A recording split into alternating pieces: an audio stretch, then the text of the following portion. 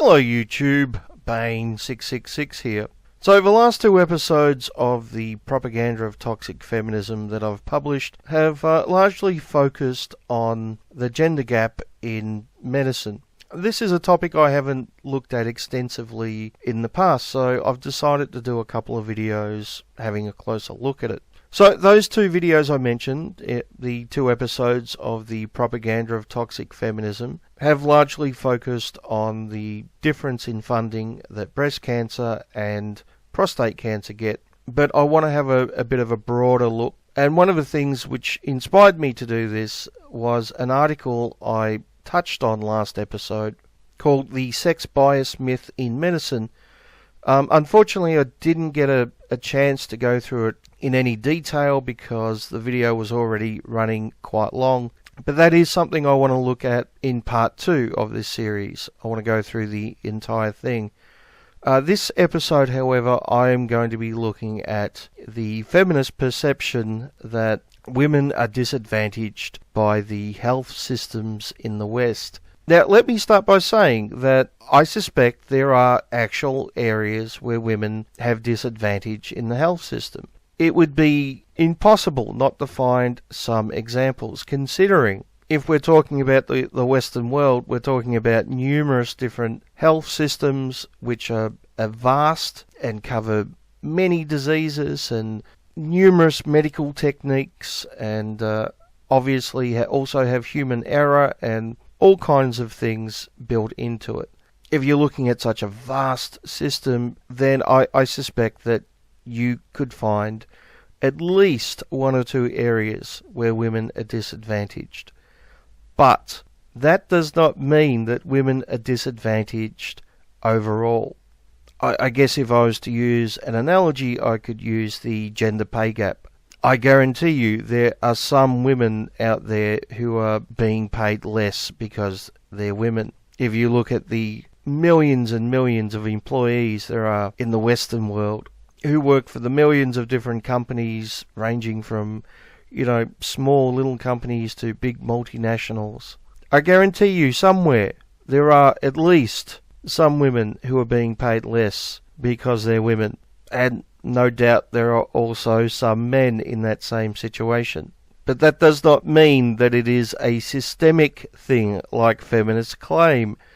That does not mean that all women everywhere are being paid less for doing exactly the same work simply because they're women. These two claims are not the same thing. So I think that is the same thing with the health system. I think that we could probably find some areas where women are disadvantaged. But overall, I think they get the better deal.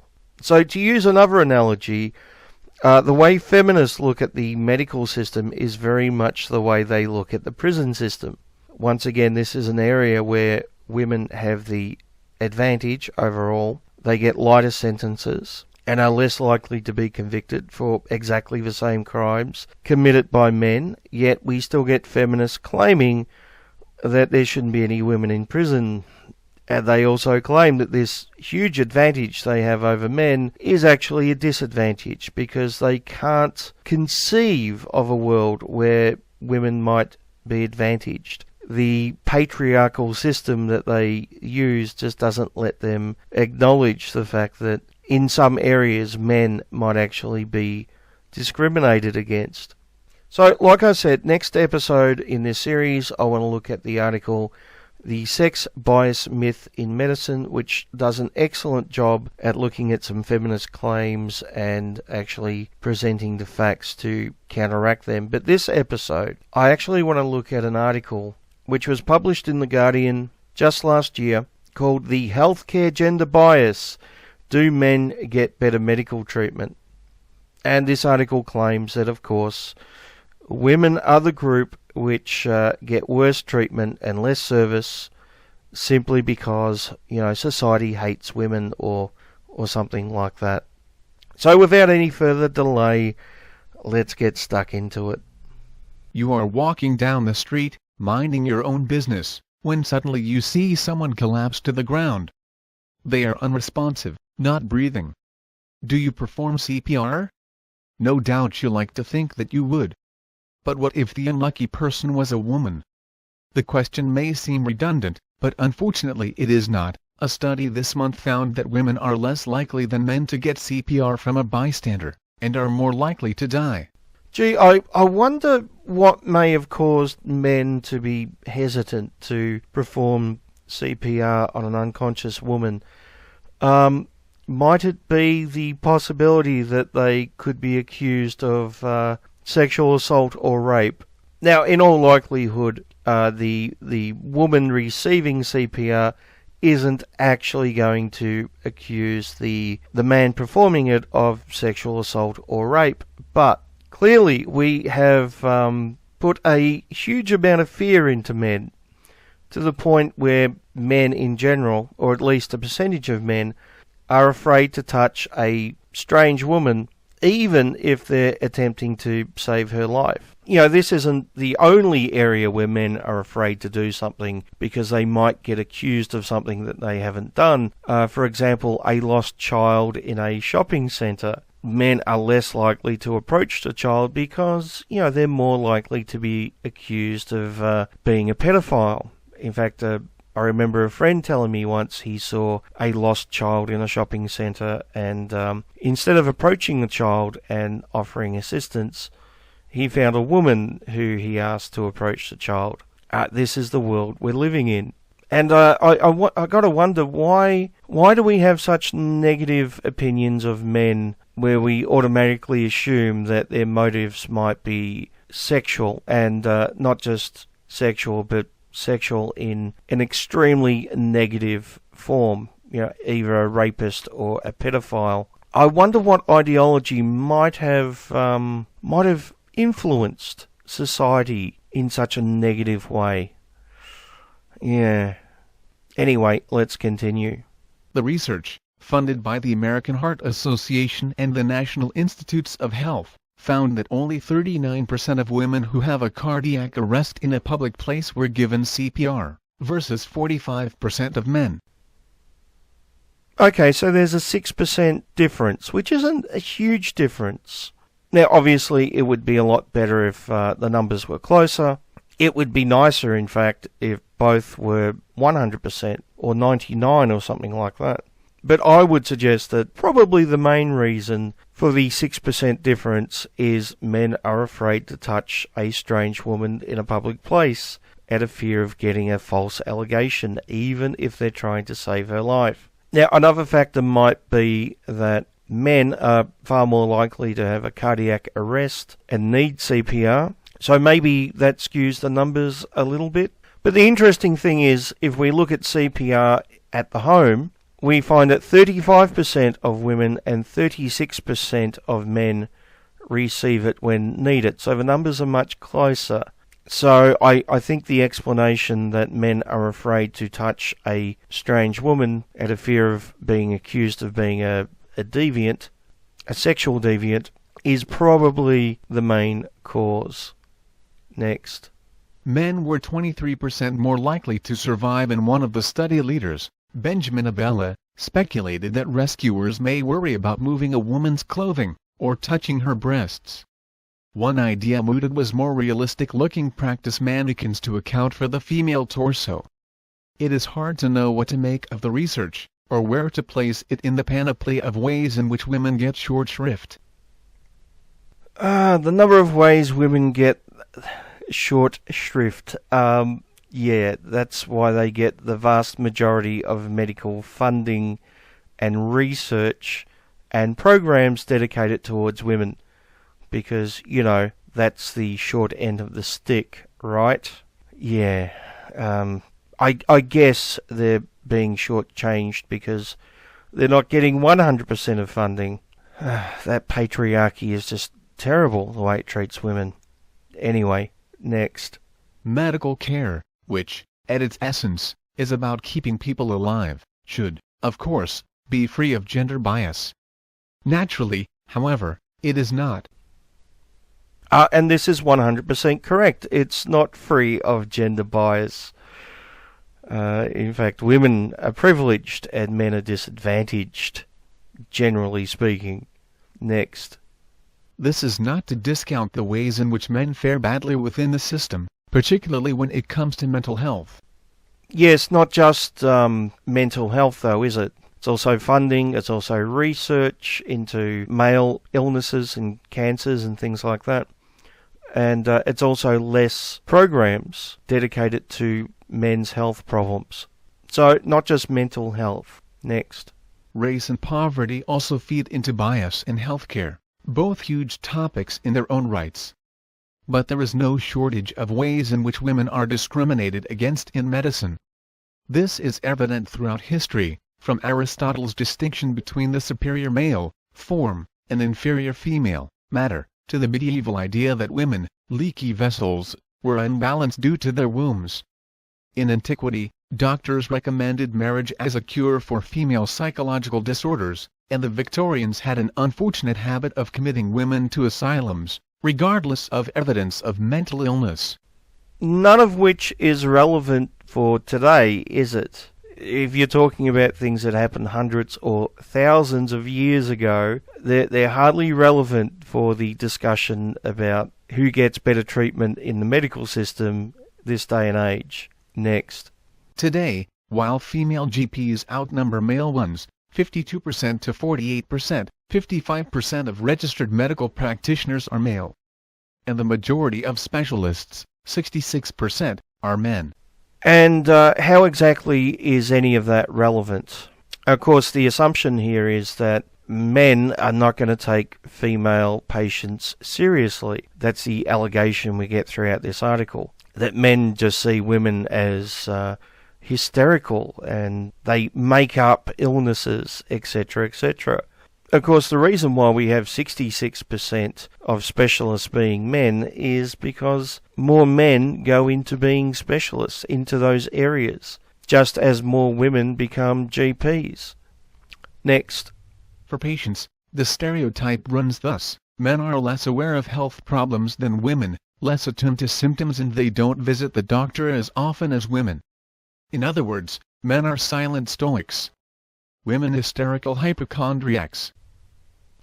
No, what it means is that men are less likely to show weakness. They're more afraid to admit to being weak because society expects them to be strong all the time. It has nothing to do with seeing women as hysterical hypochondriacs. In fact, we should be encouraging more men to go see their local doctor on a more regular basis and not leaving things until it's too late.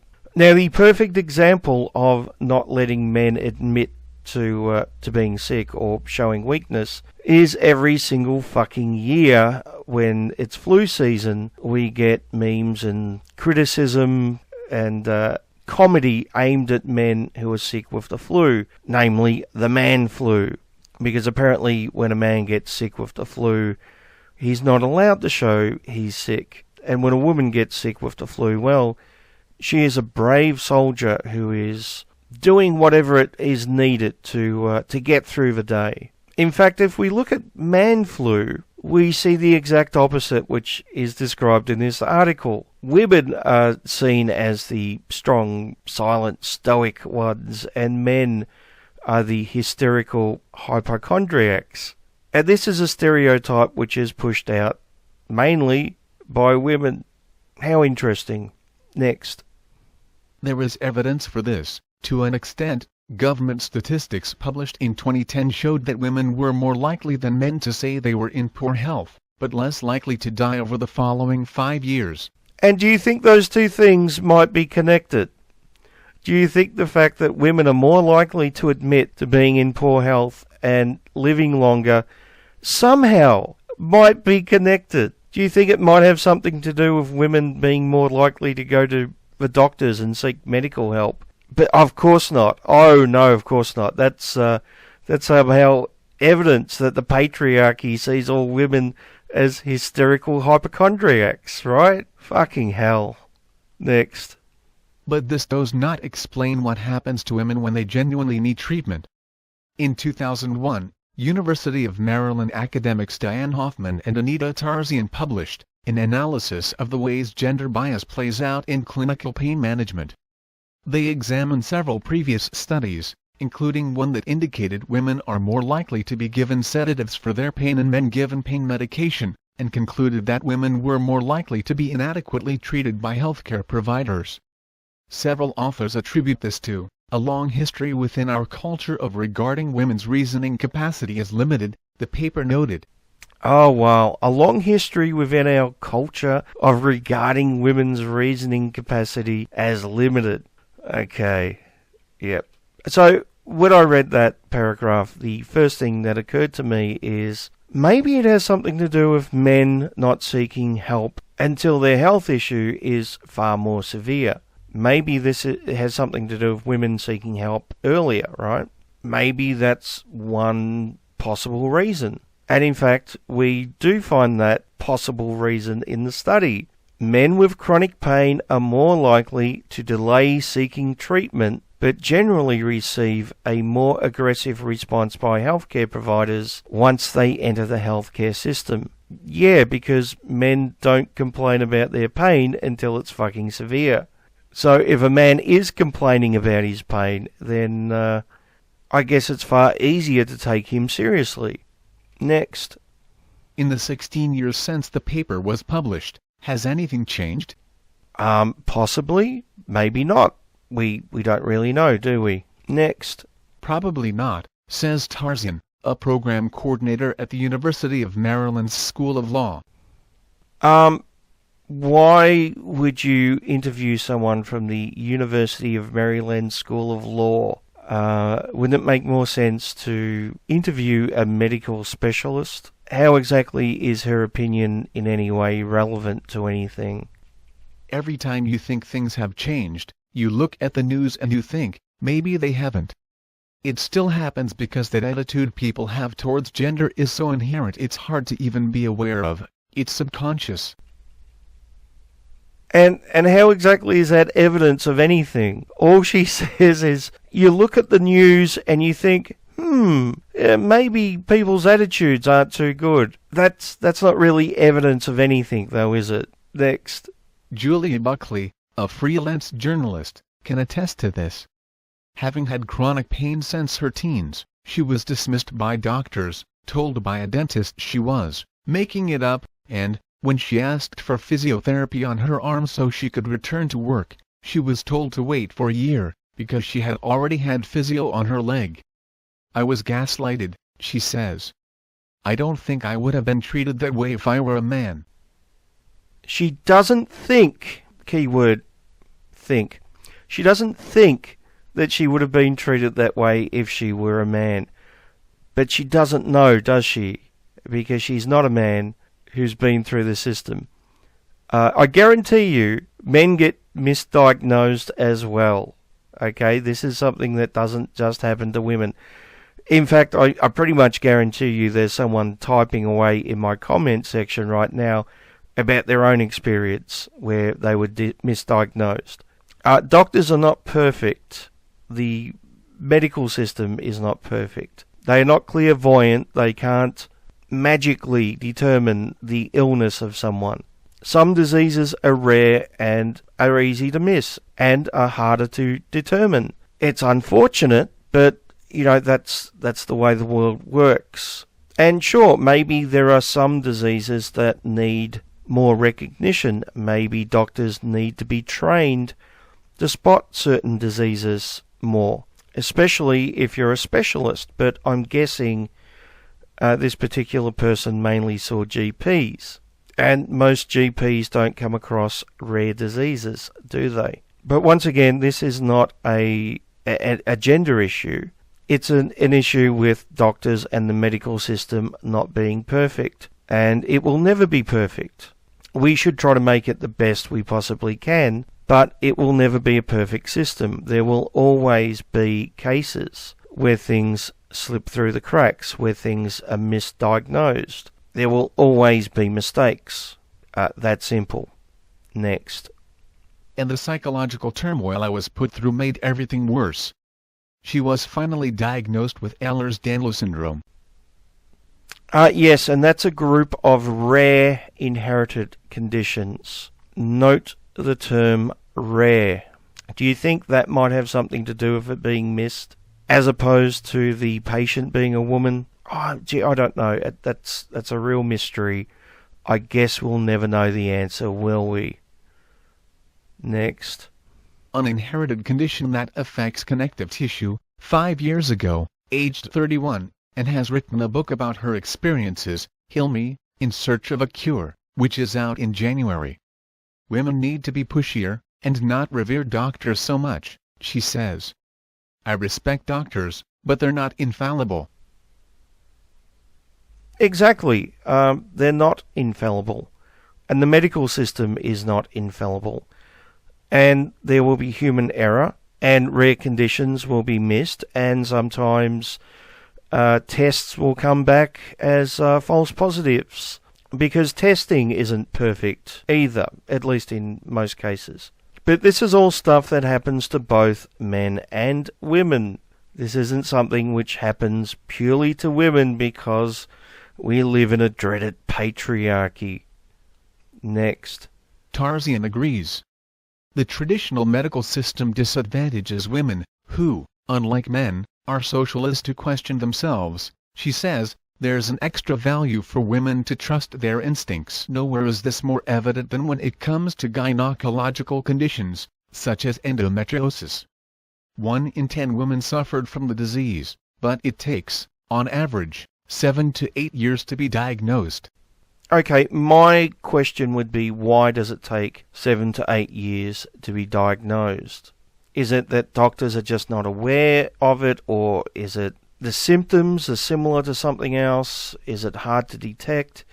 Is there no test for it? These are all the questions I would be asking before jumping to the conclusion that it's the patriarchy hating women, or some such nonsense. Now, I have no issue with trying to bring that 7 or 8 years number down, right? And we should find out why it takes so long and then do something about it. I don't have an issue with that. One of the recommendations to do this is training and awareness raising of symptoms with GPs. Now, as it was pointed out earlier in this article, the majority of GPs are actually female. So I guess they've been brainwashed by the patriarchy to give women worse treatment or something. Yeah. But sure, yeah, that's an area that needs improvement. I don't have a problem with that. I just don't think it's the patriarchy oppressing women, that's all. Next. Emma Cox, the chief executive of the charity Endometriosis UK, says that unless women with a disease are trying to conceive, they are often overlooked by doctors. The attitude is that women are there to have babies, she says. I seriously doubt that is the attitude of most doctors in this day and age. I would be very concerned about the state of the medical system if that is in fact the attitude. But I seriously doubt it. Next.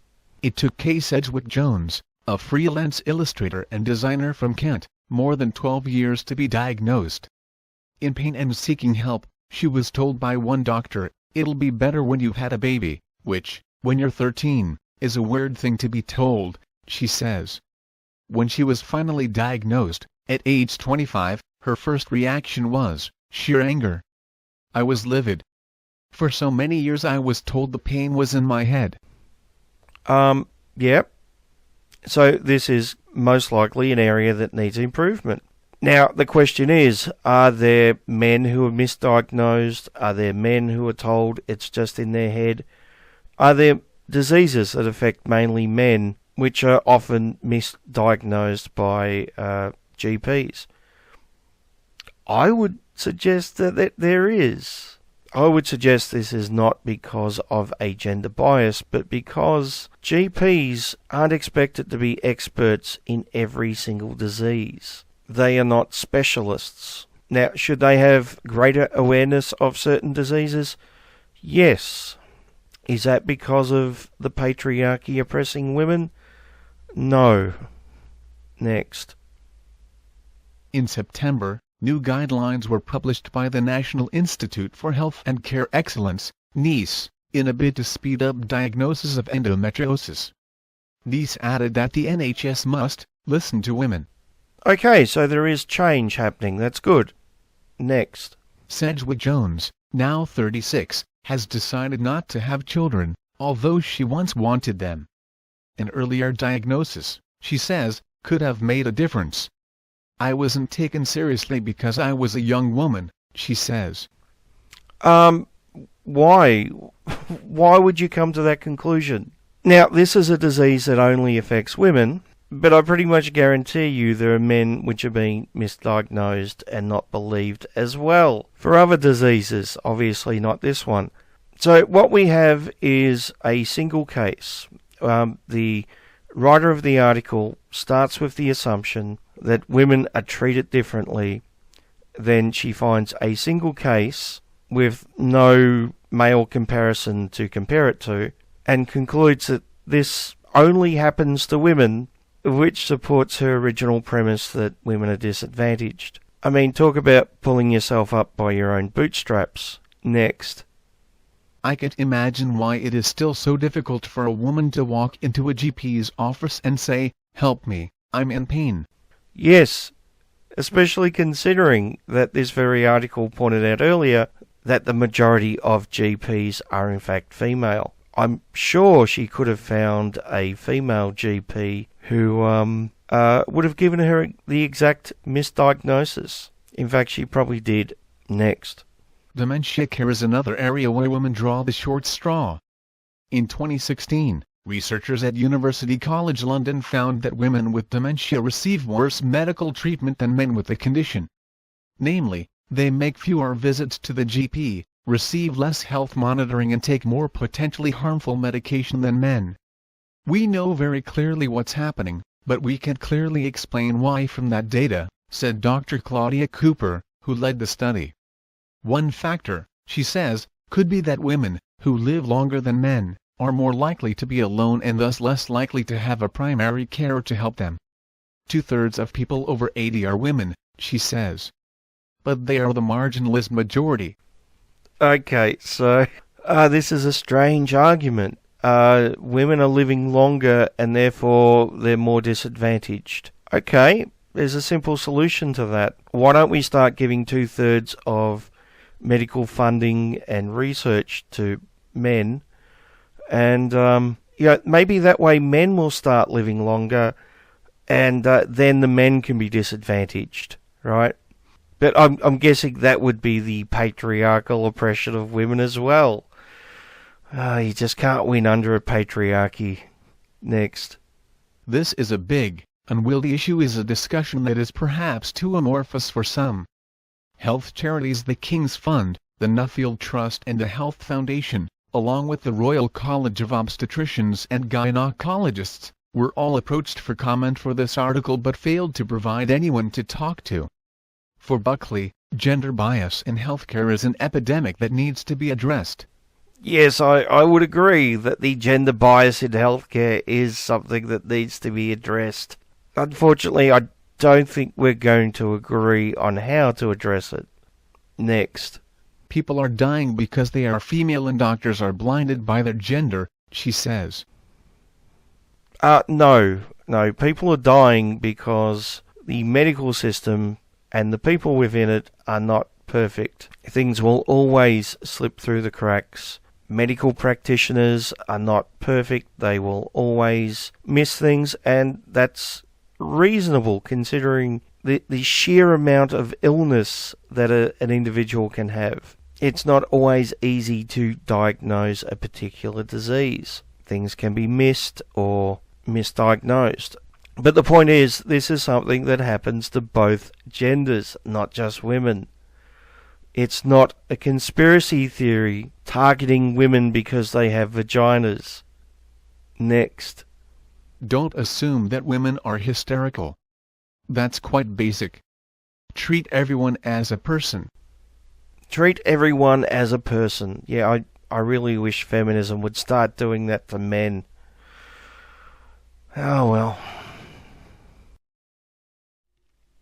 So I was in the process of editing this video together and reading the comments about this only happened to me because I'm a woman, and I suddenly remembered a documentary I saw earlier this year. The documentary is called Under Our Skin. I'll play the trailer in a minute, and there's actually a sequel to it which I haven't got around to watching yet.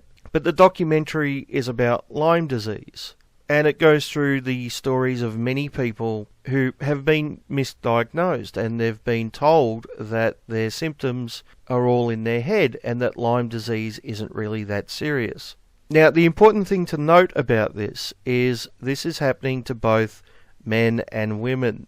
This has nothing to do with the patriarchy. It has nothing to do with women being seen as hysterical. It has nothing to do with Aristotle 2,000 years ago saying women are leaky vessels or whatever bullshit was in the article. This is a failing of the medical system, and that's because the medical system is not perfect. Now, obviously, we should do everything we can to make it as good as it possibly can be, but it will never be 100% perfect. There will always be human error, there will always be mistakes made, there will always be things which are misdiagnosed. Obviously, we should try to minimize that, but it will always happen because the system cannot be 100% perfect. Anyway, have a look at the trailer. I think it's very interesting, and I highly recommend that you go and watch the documentary as well.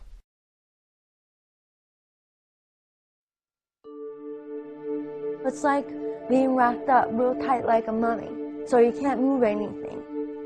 And then having tape across your mouth, so you can't say anything. I didn't know what was happening to me. Thought I was gonna die. This disease has taken over my whole life. We have, I think, a horrible epidemic. When enough people are sick, it's going to be who's answering for this, what did you know, when did you know it? I went from being like a gifted athlete to, there's times it's hard to put a shirt on. I used to do ballet.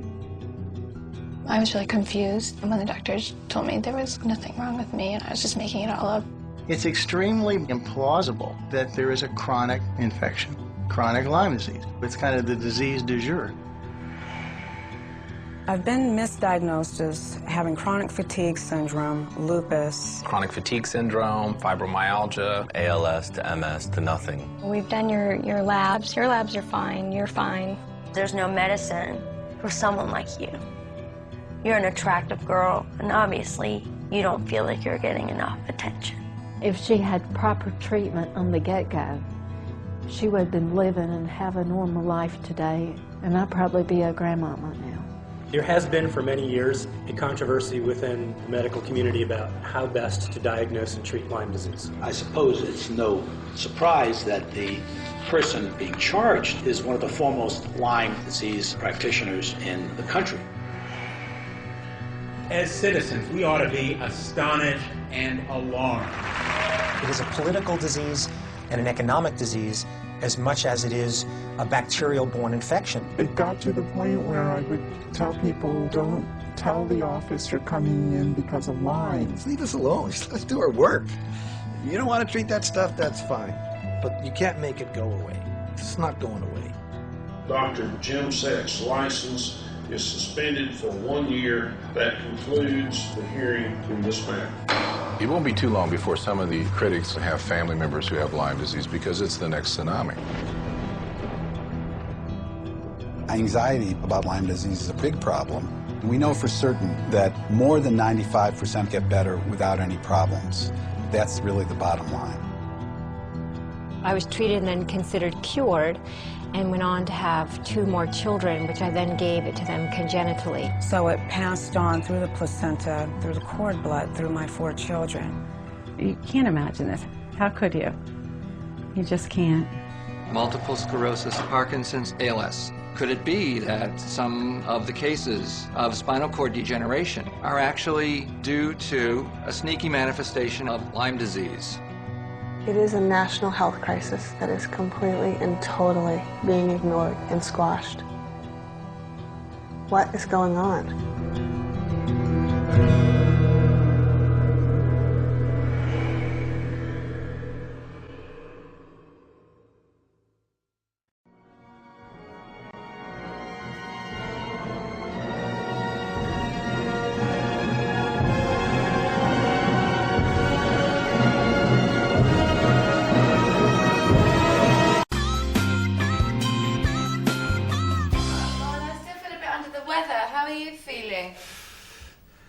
think I feel? Got a stupid cold, haven't I? Thanks a lot. Poor darling, you should have said something. I'd have come down and made you some soup. I called for you. I said, Laura. You didn't come. So I dialed 999. What? Where is he? Quickly, love. Okay, son, everything's gonna be fine. I'm gonna die. Not if we can help it. My head's so burning. How did this happen? Oh, he caught the cold off me. Just don't think, do you? I'm a bit confused. Hasn't he just got a cold? For God's sake, woman, he's a man. He's got a man cold. Do not, under any circumstances, move from this bed, okay? You, take this bell. When he rings it, I want you to come to him and rub his head and say, poor little bunny. Poor little bunny. Okay, that's good. Let's go. I've got a man in Cantor Avenue with a hurty knee. Sorry, what about me? What? Well, I've got a cold too. Have you not heard of Lancet? Laura, I want some soup, and I want to watch CBeebies.